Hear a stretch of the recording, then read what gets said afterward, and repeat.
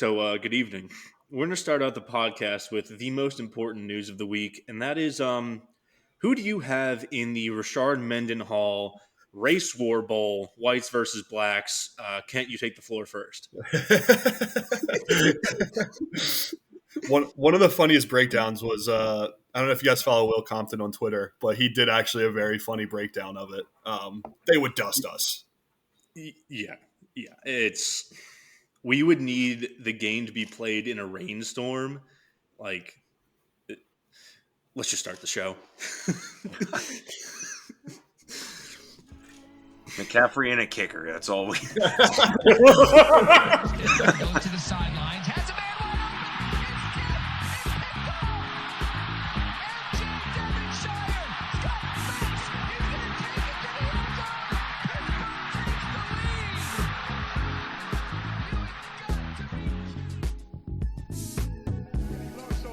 Reminds me of last year in the Garden against St. John.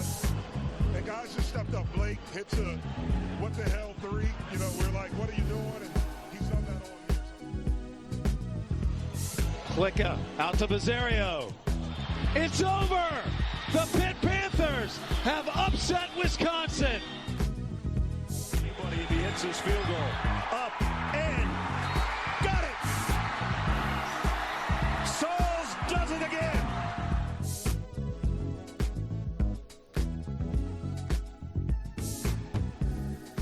What is up, everybody? Welcome back to Simplify Podcast. Gotcha. We're not talking race war on the podcast, talking Pitt sports, as always. I'm joined by my two co-hosts, Mason Kling, Kent Vanderwood. Mason, how you doing tonight? Doing well. Not only is it bowl season, but that also means I guess this is technically our holiday pod. So I'm feeling merry, I'm feeling cheery, I'm feeling bright, all those other Christmas words. Looking forward to talking all the Pitt sports like we usually do. Kent, how we doing tonight? We're good. I'm excited for Pitt basketball to get into some ACC play here shortly. So, excited to talk all the Pitt sports as always, and let's get it rolling. Yeah, so first off, we got to talk about the best team first. And that is, of course, Pitt volleyball, who got swept by Nebraska in the Final Four, making it 3 straight appearances in the Final Four, 3 straight losses in the Final Four. Now, that does sound bad. It does sound like, oh, they're choking. But no Pitt team has ever had a run of dominance like that, ever, unless you're counting like pre-integration Pitt football, where it was not even the same sport. This is a program that was basically dead a decade and a half ago, and now it's basically going toe for toe with the blue bloods in the sport. Me and Kent were watching this on Thursday. It just seemed like every single girl who was playing for Nebraska brought their A game. And when Pitt made 1 or 2 mistakes, that's when Nebraska just put the clamps on. And what can I say? It's another great season. They're going to be back. They're going to bring in another transfer to go into the Dan Fisher doohickey for Big Ten transfers and become an All-American. But it's just sad that we don't get to see this team play anymore, honestly, because they're a lot of fun when they're on. Yeah, it was a tough watch. Obviously, they played their hearts out. It was second set was really the one that they needed to win. Once they lost that, it was looking bleak. But after reverse sweeping Louisville in the Elite Eight, it's left some hope there. But Nebraska was just the better team that day. Yeah, I mean, we talked about how Pitt had a really good block, and it did show up a lot, but Nebraska's was just that much better. And the final thing I'll say, because I'm not a real analyst, and everything I say is just me saying dumb sports takes, it's now been 3 years in a row that the team that beat Pitt in the Final Four went on to lose in the championship. So you got to think that teams are going to start just losing to Pitt in the Final Four, so they don't have to go and lose the championship. This is analytics at work. Yeah, Texas back-to-back champs as big underdogs in the Final Four as well. I know I picked Texas to win. Who else? Was it you or Mason? I want to say say other side, not the whole thing. I picked whatever Caleb picked. I went with the expert, so I want to say I picked Texas to win the other side, and Mason picked Wisconsin. But yeah, she had Wisconsin. So I'm sad about being right, unfortunately, because it wasn't us.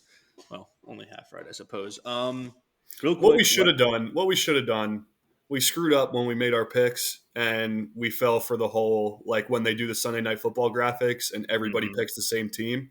We should have had somebody just pick Nebraska just so we didn't get the graphic jinx. But you live and you learn, I guess. Next We didn't year. even Write it make it down. that Write it down. Set a reminder. Hey Siri.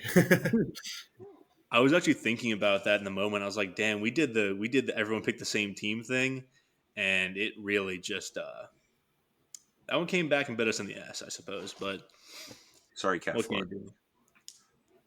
We're sorry. Did you see she entered the transfer portal?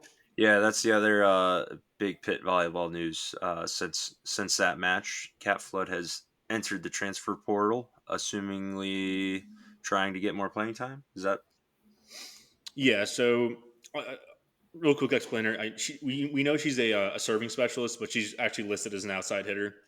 Now, the thing is, she's a senior with one more year of eligibility, and she's not going to get the playing time over like there's a freshman who didn't get any playing time this year. Her name is Blair Bayless, and then also Tori Stafford, one of the standout freshmen who is all ACC, also is at the same position. So instead of just being a serving specialist for another year, she just went to go get more playing time in a different program, which I can't blame her for. You know, if you want to get that playing time, that exposure, especially now with the first pro league coming up in the States, it's actually huge to get that playing time at your natural position.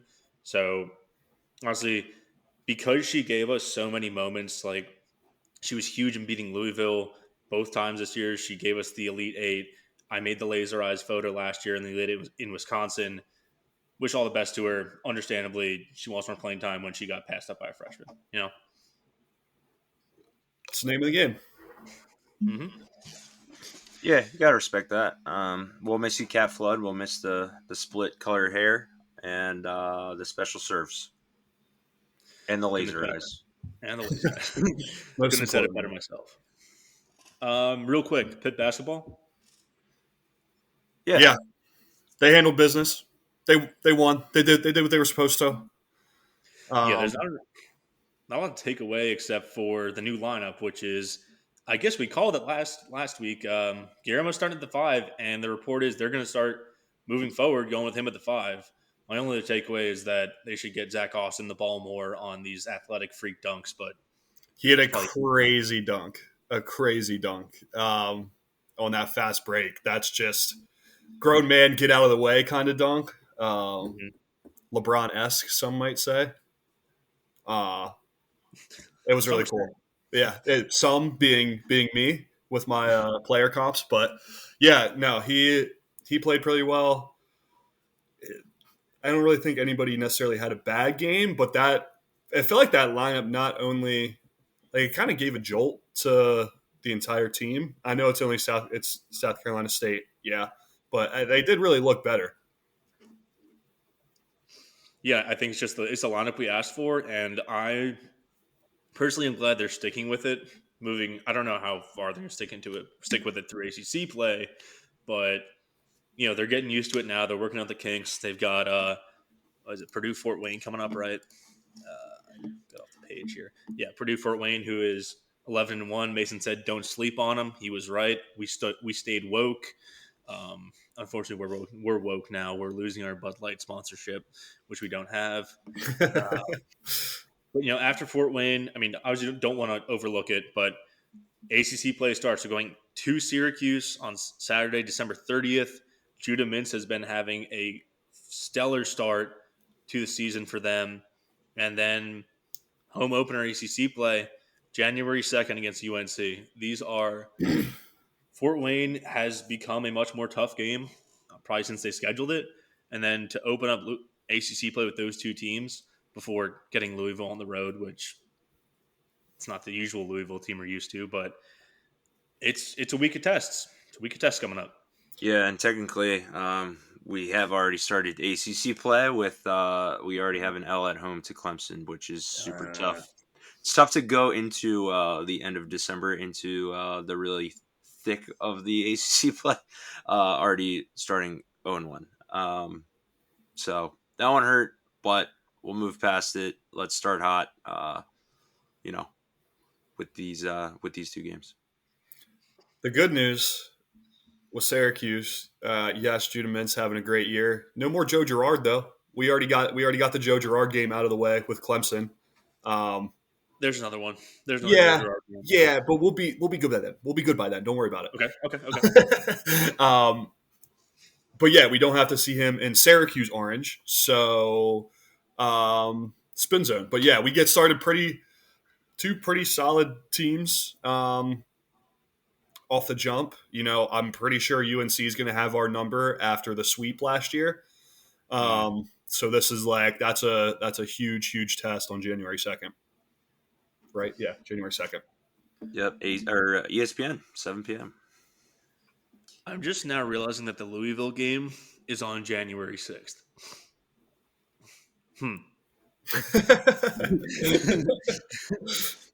Are we in for another Capitol Hill riot on January 6th? Put a poll, storm the Capitol or storm the court. We're storming the Yum Center, which doesn't have the same ring, but dude, I always forget that it's the freaking Yum Center. That's awesome. It's not the Yum; it's the Yum Center. There's an exclamation point in there. There is. I don't know. Anything else on basketball? For a lot of football going on. No, I think we'll recap those games and hopefully have some good things to talk about next episode.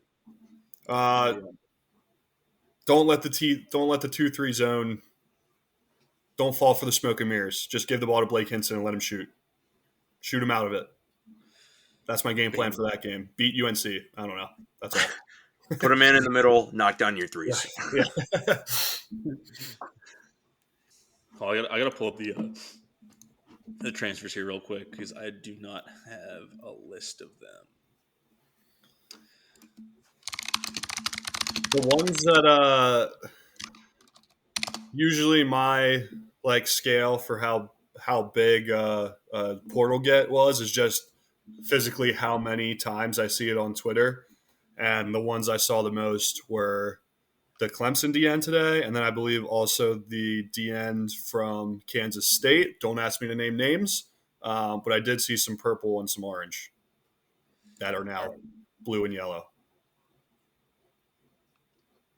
All right, so I've got the list here.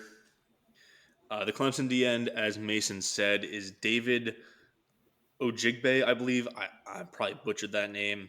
Former 4-star recruit who went to Clemson, redshirted this year, so he should have 4 years of eligibility left, if I'm not mistaken.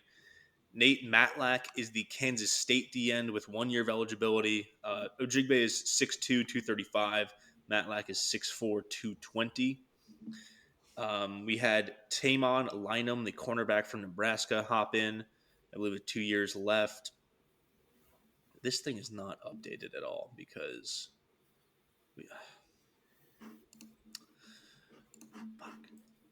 I think didn't Bell bring one of his receivers from Western Carolina over as well? Yeah, let me pull it up on. I should have it on the Twitter page. He brought over a receiver and a running back who were both the statistical leaders down at Western Carolina. The wide receiver is C.J. Lee, and the running back is. Let me scroll here. Desmond Reed, two of the top playmakers at Western Carolina. You also had. On the same day as Matlack, you had Nick James, a D tackle from Indiana, former 4-star commit to Pitt as well. And I believe that's it. Yeah, that's all I have for transfers in. As far as transfers out, we had DeAndre Jules find his home at South Carolina, which is strange. Don't really think that's not going to say anything. And then just before we started recording, Samuel Okunlola chose Colorado, which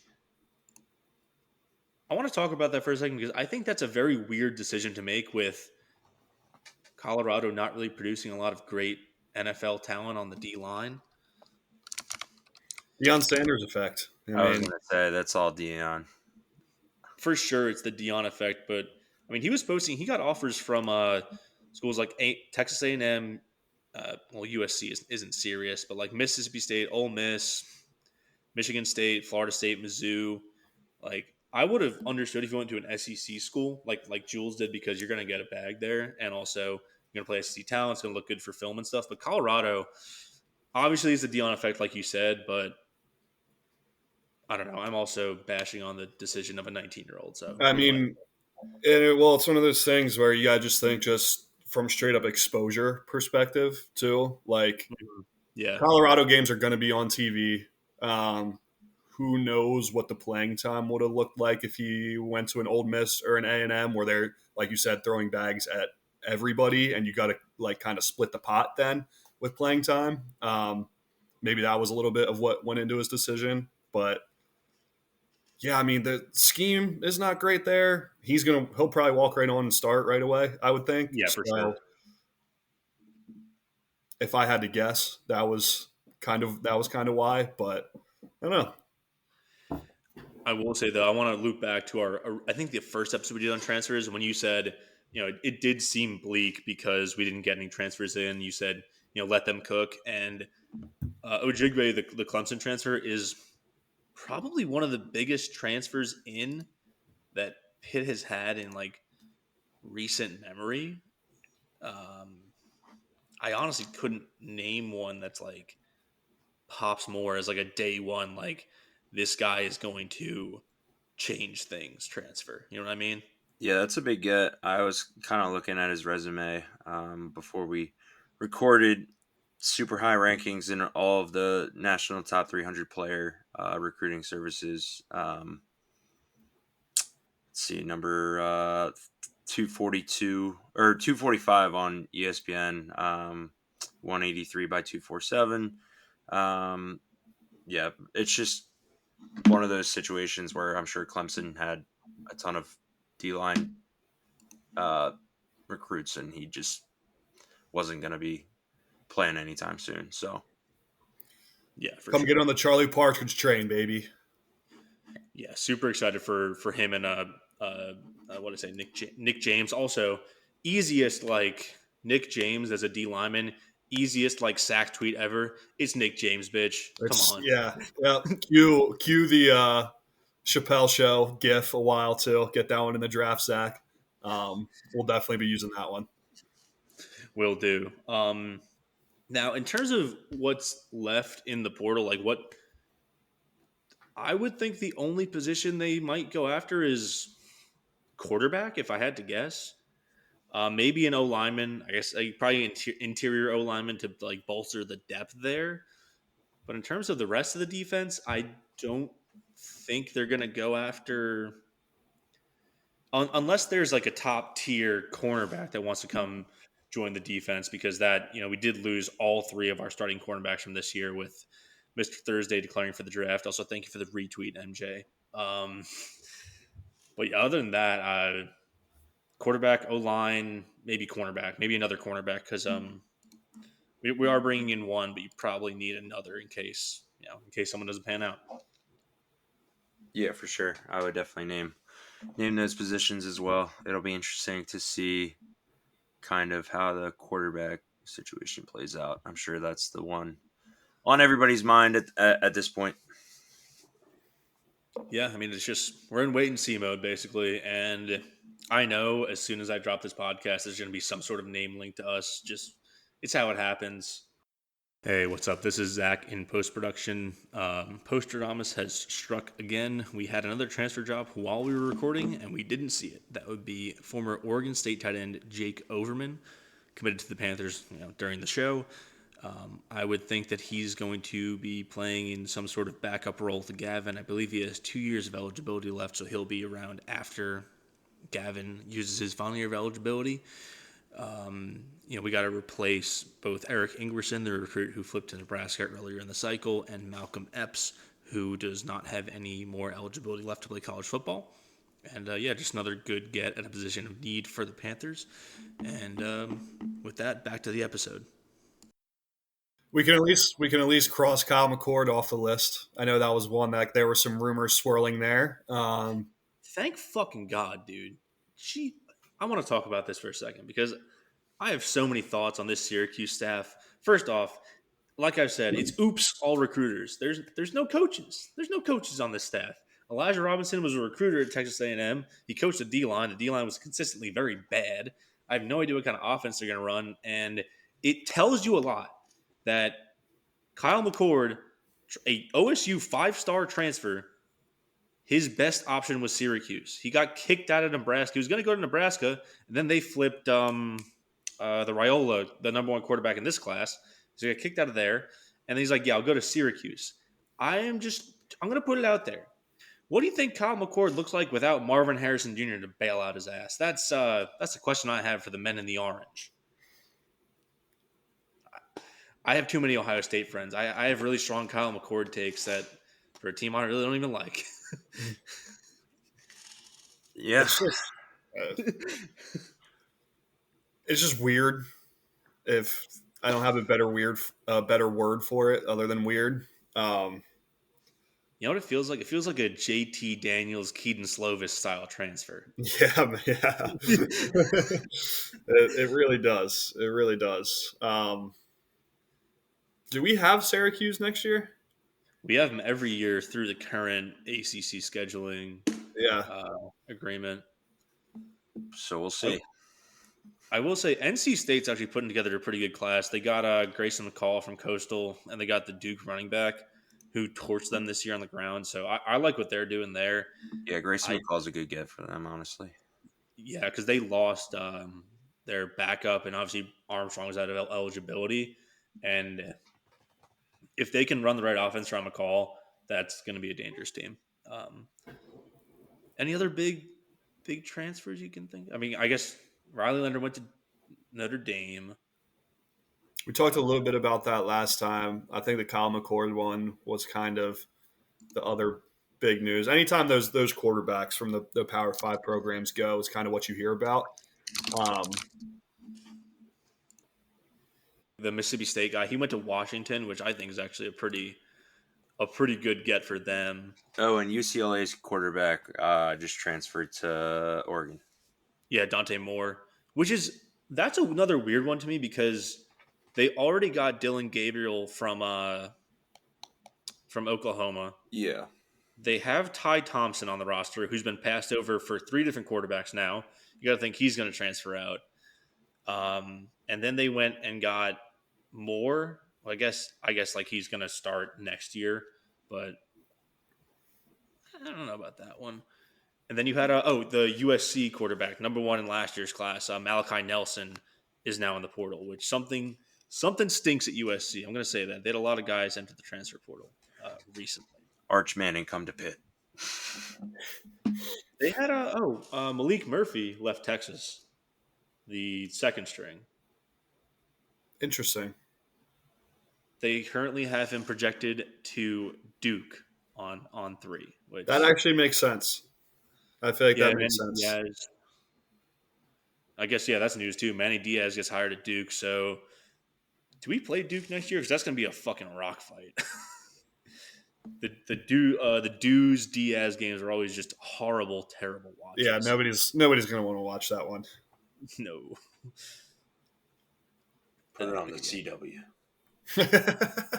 That's a CW ass game. That is for sure a CW. Oh, Tyler Van Dyke going to. We talked about that one, right? You went to Wisconsin. Yeah, we mentioned that last week, but I'm so glad that they got him before Deuce could pick him up in the portal because he wanted Van Dyke so badly.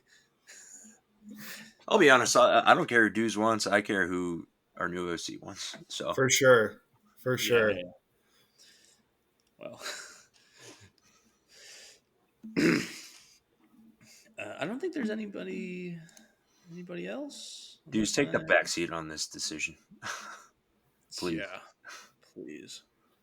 We need to turn his phone off. We need to block all the bad quarterbacks' numbers from his phone. Can we just like the Office thing where they just pull up like a Word document for Creed and it's like creedthoughts.com or whatever? Can we just do that for Narduzzi and just give him like a list of quarterbacks with phone numbers on it that he can click around on? Let's get his phone right, and we're gonna make all of the contacts for the bad quarterbacks just reroute to Nate Yarnell with a voice modifier on. He's at a payphone talking through a sock.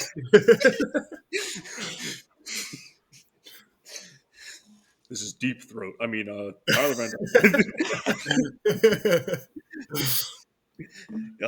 let's talk some bowl games before I say something really stupid.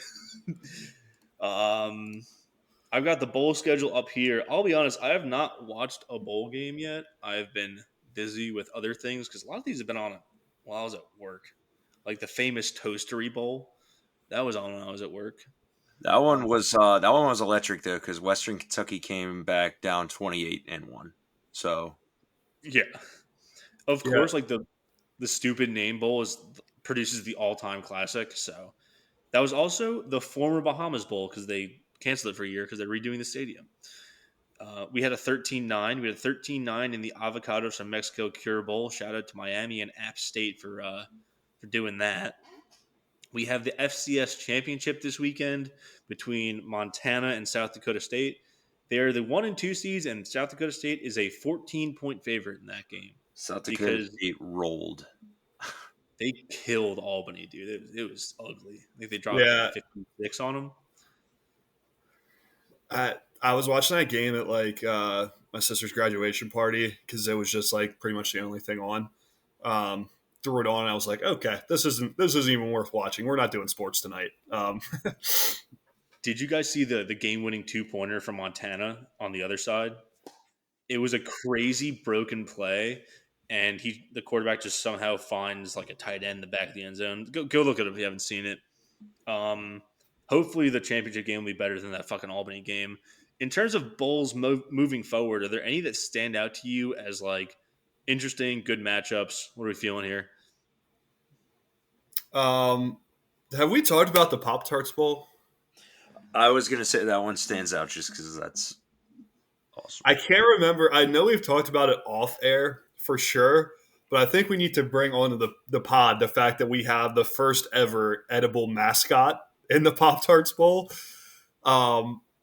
They didn't really reveal what it was, but they said like a winner was going to be able to physically eat the mascot. And I just can't fucking wait to see what that means. So they did say that. They're also keeping it a secret what flavor the mascot is. They will not reveal the mascot's flavor. Now, do you think it's going to be an existing flavor or is this going to be a marketing ploy for a new Pop-Tarts flavor? Oh, wow. That would be a huge play if it was a new flavor. They don't bring out cinnamon sugar. Everybody already likes cinnamon sugar, right? They don't need to market that. That's one. So, wacky bowl, wacky new flavor. Now, I wonder if they're going to have two mascots ready, right? Because NC State and Kansas State, one's red, one's purple. Do they have like a body double with the winning team's color as the filling? That would be cool.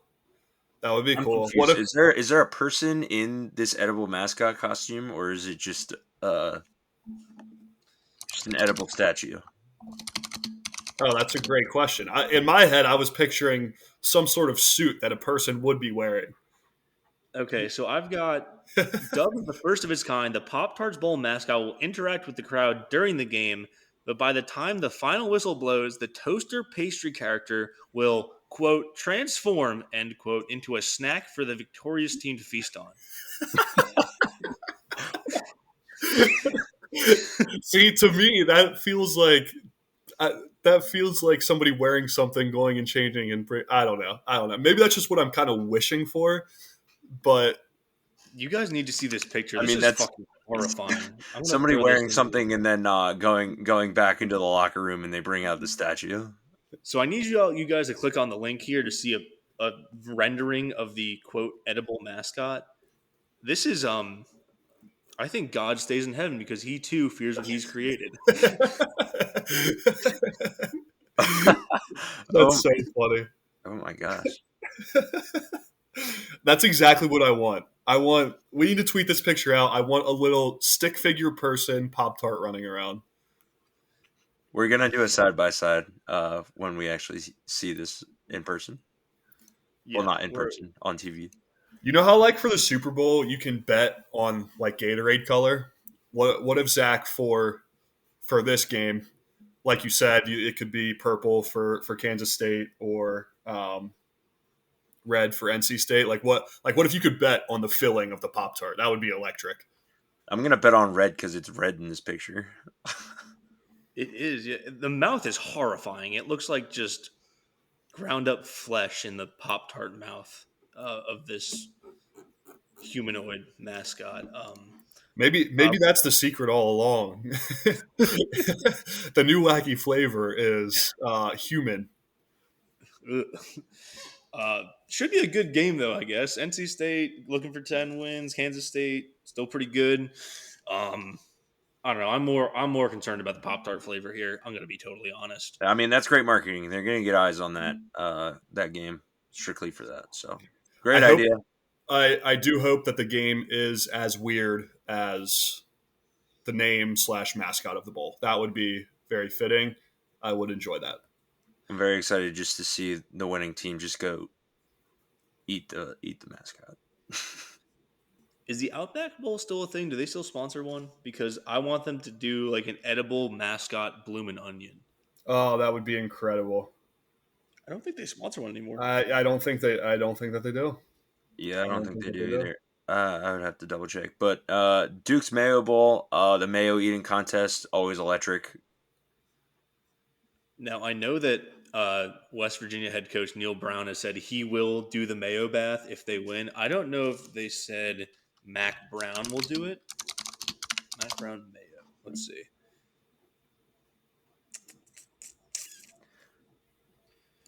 So he did agree to it a couple years ago in a bowl game. I don't know what the status of his 2023 mayo pledge is, but I do want to see the mayonnaise coach. That's good. Stupid bowl, stupid tradition, but it's fun and we love it. Yeah. The people are asking, Mac. Care to comment? Care to comment on your mayo status? Hopefully no negative mayo experiences for Mac in the last 720 days.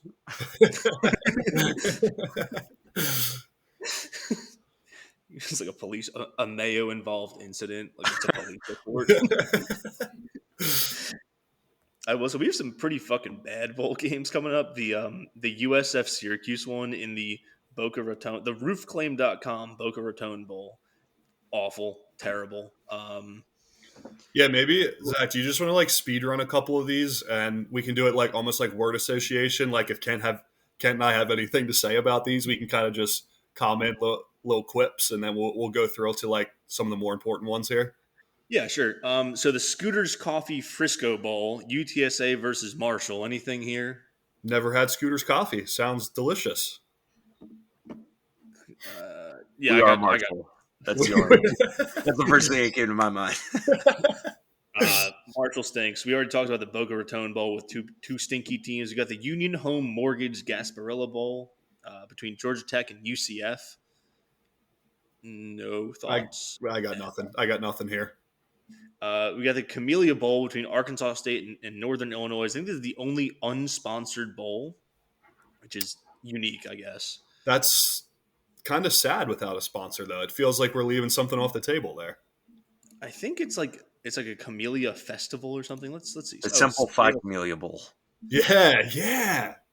Zach, do we have that in the budget? A friend of mine looked this up. It costs like $500,000 to sponsor a bowl game. We do not have that in the budget. If you think about it from a corporation perspective, that's probably a no-brainer, though. Yeah.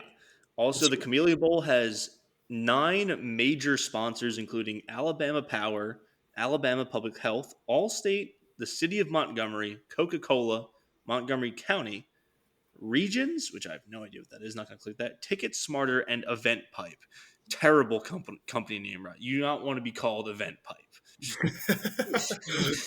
Free advice here. Don't do that. The 76 Birmingham Bowl, which is our first gas station bowl, I believe. Troy versus Duke. Gassed up for this one. 2 checked out teams. We're gassed up. We're farting. We're doing Taylor Swift's carbon dioxide emissions. The Lockheed Martin Armed Forces Bowl. James Madison versus Air Force. Probably it is very funny that Air Force. Force. God damn it. Go. It's so funny that they put Air Force in the Lockheed Martin Bowl. I mean, come on. That's so easy. Fits like a glove, baby. Fits like a glove. Probably would have been a much more fun game if Signetti still had, or JMU still had Signetti. But it could still be fun. Two solid group of 5 teams there. Yeah, I'm not sure who the interim's going to be, but I like their hire. They hired the guy from Holy Cross who built up like a dead program out of nothing. We got the Idaho Potato Bowl, Georgia State versus Utah State. French fry bath. That's my only thought. Love French fry bath. We've got the 68 Ventures Bowl. Now, is this 68 Adventures or is it 68 sponsoring the Ventures Bowl? There's a full story on the title sponsor. No, 68 Ventures is the company name. What is 68 Ventures? What are we looking at here? It looks like there's a little ship. There's a little ship in the logo. Possibly something nautical. No, they are a real estate development company on the Gulf Coast. Sure, they should partner up with Roof Claim and make some money in the roof industry. South Alabama versus Eastern Michigan. Blah. Group of 5 Bowl. Can we move on to some like somewhat interesting ones? Let me speed run through these. SRS distribution: Las Vegas Bowl, Utah versus Northwestern. Yuck. The Easy Post Hawaii Bowl, Coastal Carolina versus San Jose State. You're gonna watch this because it's on at 10:30 on a Saturday. The Quick Lane Bowl, Bowling Green versus Minnesota. No, thank you. The Serve Pro First Responder Bowl between Texas State and Rice. No, thank you. The Guaranteed Rate Bowl between Kansas and UNLV. This is gonna be a fun point scoring bowl. On at 9 o'clock on a Tuesday. You probably have nothing better to do. The Military Bowl is presented by GoBowling.com. Virginia Tech versus Tulane. Great sponsor there. Yeah. Talked about the Mayo Bowl. That's North Carolina versus West Virginia. I'm rooting for the downfall of West Virginia and the Mayo incident MAC happening at approximately 8:30 p.m. on December 27th. The Holiday Bowl, Louisville versus USC. Louisville is going to win this because they have never seen a more checked out team in their life with Caleb Williams gone. Apparently, the program just collapsing with all their recruits leaving. They should probably just win this one. I don't know if you guys have. This is like our first big bowl, right? Care to agree? Yeah, I think Louisville's going to win. USC kind of has a home game a little bit. San Diego. This is the Petco Park one. This is our first baseball stadium bowl. Oh, okay. So I think there are 3. The Wasabi Fenway Bowl, SMU versus Boston College. No, thank you. Bad Boy Mowers Pinstripe Bowl, Rutgers versus Miami. That is awful. The Tax Act Texas Bowl between Texas A&M and Oklahoma State. That would probably be better if A&M didn't fire Jimbo, but 2 okay teams. Talked about the Pop-Tarts Bowl. That's probably my most anticipated bowl of the season. You got the Alamo Bowl between Arizona and Oklahoma, another fun point-scoring one. I'm going to take Arizona here because I like their offense, and I think they have a lot of guys returning, and like we said earlier, Oklahoma will be Dylan Gabriel-less. Yeah, I was going to say no transfer QB for Arizona. So the Tax Slayer Gator Bowl, which is Clemson versus Kentucky. This is going to be the most unwatchable game of bowl season. This is This just replaced the Iowa-Kentucky Bowl that happened every year. Going to be ugly. Going to be horrible. Don't watch this one. The Tony the Tiger Sun Bowl, Oregon State versus Notre Dame. Very weird bowl pairing here. It's very funny they're saying Notre Dame to El Paso. Bad matchup because Oregon State just lost all their players and their coach. No thanks. Listen, the trophy means nothing if Pitt's not playing for it. That's what I'm going to say. Exactly. Let's talk about these New Year's Six Bowls. So the Goodyear Cotton Bowl Classic, Mizzou versus Ohio State. This is the first big one. Honestly, I like Mizzou here. I think that Ohio State's probably checked out. I know that McCord's gone. Is Harrison Jr. not playing? I would assume not. You got to think like the majority of those guys are not going to play. So yeah, and they had a ton of guys hit the portal too. So yeah.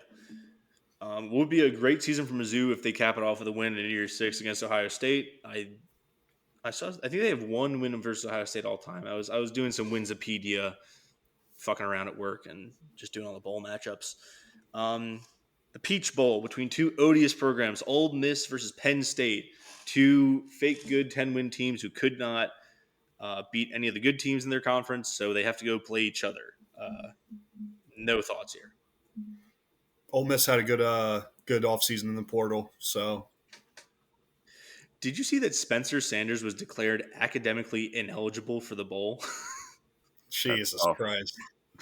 He transferred from Oklahoma State, where he was the starter, to sit on the bench all year and then say you can't play in the bowl because you didn't go to class. That's awesome. That's tough.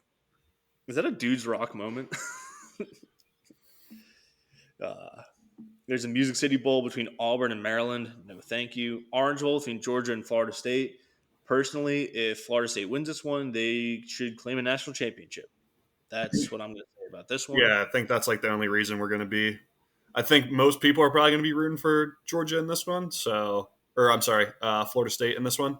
Count me into that group. Yeah, would love that.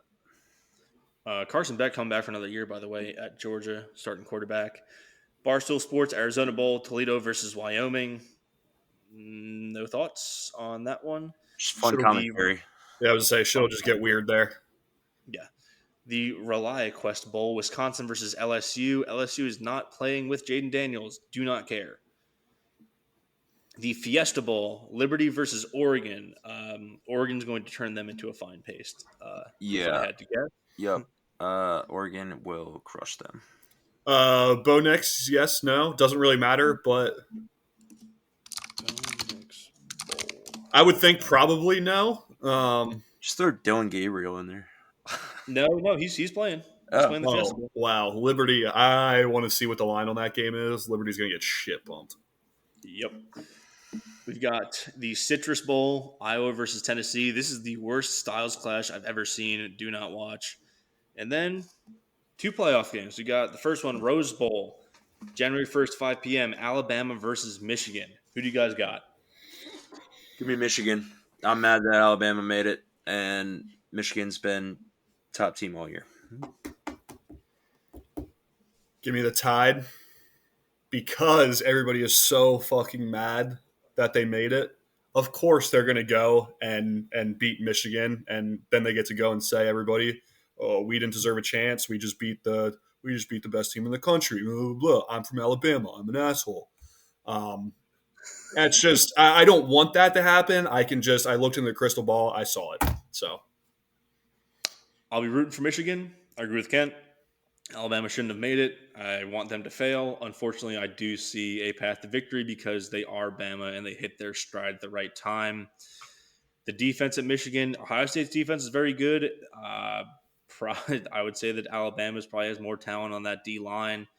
Those Michigan tackles might be in hell all day. You know, they didn't play great against Penn State with Chop Robinson and those guys. So it's basically that matchup. And then on the other side of the ball, you have a very tricky Michigan defense against Jalen Milroe, who is mistake prone if you can force him into bad situations. So it's really about the defensive game plan. I think this is going to be a very low scoring game. It'll be a tight one. Either it's going to be a very tight game or it's going to be a shutout. I think that's my read. what do you guys think the line is on this game? Have you guys looked by any chance? Michigan Alabama by like 2, right? Am I supposed to guess? Yeah. Okay, I'll take. I'm gonna say it's Michigan by 3.5. Michigan by 1.5. So Zach, you just had it flipped, but yeah. So it's pretty tight one. Vegas seems to think that these teams are pretty evenly matched on a neutral site too. Yeah. You know what? I saw that a lot of the money was on Alabama instead of Michigan because of the them being the underdog. Yeah, I mean, I think they've got it down to the nails. This is going to be a low scoring affair. This is like real ass football. That's my read. Real ass football. Yeah. Yeah, no, I'm really excited for this one. And then the other side of the playoff, Texas versus Washington, the Sugar Bowl, New Orleans, Louisiana. Kind of a home game for Texas. Not very far from Austin, but This is the fun one. This is going to be the points one. Yeah. I'm going to go with Washington in this one just because I've gone against them twice and they've completely torn me apart, torn me to shreds for it. So I'm not picking against them again. Give me Washington. I'm riding the Huskies too, and that makes me nervous for what we talked about at the beginning of this pod with the graphic stuff. Because Zach, I have a feeling I know where you're leaning, but give me the Huskies, baby. All right, let me make the case for Texas. You guys know where my heart's at, but I'll pick Texas. Washington, I think, has the better quarterback. I think Penix is more reliable. It makes better throws than Ewers. However, Ewers is, I think, on average, Penix makes a better throw than Ewers like 95% of the time. However, that other 5% where you have that elite NFL level throw, that's the ones that Ewers is going to make maybe 1 out of every 10 times. And that's what scares you with this Washington defense that is prone to being leaky, prone to giving up big plays. It almost was a problem in the Pac-12 championship. They both have solid run games. I think Texas' defense is considerably better than Washington's, but it's really a who scores last game. And with both of these quarterbacks being like as good as they are, I'm I'll say Texas, avoid the graphic, but I can see either team winning this game just because you just got two of the best quarterbacks going against each other, and some of the best wide receivers in the country are on Washington's side. You've got a great running back on both teams. Texas has some standout wideouts as well. Both great O-lines. Washington has an incredible player in the secondary who I'm blanking on the name of. Texas has a great defensive front. This is going to be fun, just overall. Yeah. Do you guys want to do the same thing as last time? Guess that line? Washington, 2.5. Okay. I was going to say the same thing, so give me Washington, I guess 3.5. Washington is a 4-point underdog here in this matchup. Wow. Do with that information what you will. That's on DraftKings Sportsbook here, not a sponsor. No SponCon, baby. Yeah, I get it. And they're probably banking on the Texas defensive front being better than Washington's overall defense. I don't love the line being over 3 points, if I'm being honest. In which way? Like you think it's too big, like they see something going wrong for Washington, or as in you would bet Washington still? I would bet Washington to cover up to a 3-point spread because I think that it's going to be who scores last minute field goal type of game where these offenses are just playing on air. They just get cooking at a certain point, and both of these quarterbacks have a knack for like late game heroics. You saw it in the Red River shootout. I mean, unfortunately, Texas defense obviously lost them that game. You had 2 great games by Penix against Oregon. They have the clutch factor, and I think if it's a tie game late, a field goal is going to win it. Like, I don't love Texas covering 4.5, and I wouldn't love Washington covering 4.5 if they were the favorite either. Yeah. Yeah, I'm with you. I don't have anything else, really. No, I think that's good. All right. Christmas matchup of the week. There's no Christmas Bowl, but we do have the best NFL game of the year. Ravens-Niners, Christmas night, the true Christmas matchup of the week. Hold up. We do actually have a Christmas matchup in the NFL. That would be Christmas Eve, 1 o'clock, Commanders at Jets. The stoppable force of the Jets offense versus the movable object of the Commanders defense. Kent, something to go off of Ravens-Niners. I did see somebody say that with the whole race Pro Bowl, they were like, what are you guys talking about? We have that coming up this week with Ravens-Niners anyway. Pretty funny. Yeah. Yeah. It would at least be a little bit of a sneak preview anyway. Yeah. Have you guys seen that thing where it's like the Super Bowl logos, like the colors are like, it's like hit the matchup 4 years in a row or something. Yeah. And this year it's like purple and red. So people are like, is this Ravens Niners? So That's what the script will have you believe. Ravens are the only purple team. Are there any other red teams in the NFC that are in contention? Like Buccaneers. unless the Vikings are playing the Chiefs or something, it's Yeah, that's probably what it is, actually. yeah. Yeah, the Vikings. Vikings. with local DC comedian Nick Mullen at quarterback. Yeah. Oh, anyway, before I make a Nick Mullen style joke, this has been Simplified Podcast. If you like the show, follow us on Twitter, give us a 5-star rating, leave a review. It helps the podcast out a lot. And with that, we'll see you next time. But we're taking a week off, holiday break. We'll see you after the new year. See you next time. Hail to Pitt. Beat the Orange and the Tar Heels and whatever Purdue Fort Wayne mascot is. Can I get a fact check on that? What is that? That's the... Are they the elephants or something? I think I saw an elephant. What is the Purdue Fort Wayne mascot? Mastodons. The what? Wow, that is some trivia for you right there. Anyway, see you next week. Bye.